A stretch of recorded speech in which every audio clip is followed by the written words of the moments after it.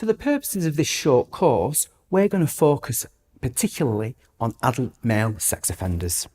Adult male sex offenders can be classified as a diverse group.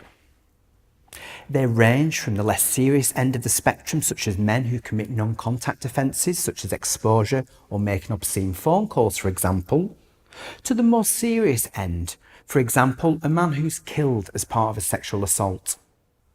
Sexual offences are one of the most underreported criminal offences. Why? Due to the amount of sexual crimes which take place that are in a private sphere, for example within a domestic violence setting or a child abuse setting. And sexual offences are difficult to prosecute, again because convictions are based on one person's word against another. The classification of adult male sex offenders is also important for us to examine.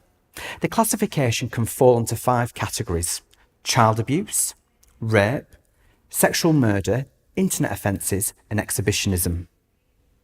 Ward and Hudson in 1998 identified one of 4 routes to classifying such offenders: the avoidant goal offender.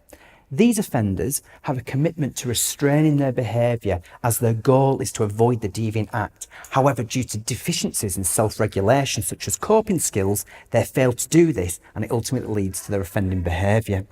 The approach goal offender, for example, are offenders who demonstrate explicit planning in their offending behaviour and have distorted views about their victims, therefore leading to their offending behaviour. These 2 categories can be further divided into subcategories of active and passive. With the approach offender that's active, this offender explicitly seeks opportunities to offend and will actively set up the offending situation. Compared to the approach offender who's passive, this offender only offends when the opportunity presents itself. The avoidant offender that's active is an offender who will make efforts to avoid offending. Compared to the avoidant offender who's passive, this offender would prefer not to offend but does nothing to prevent himself.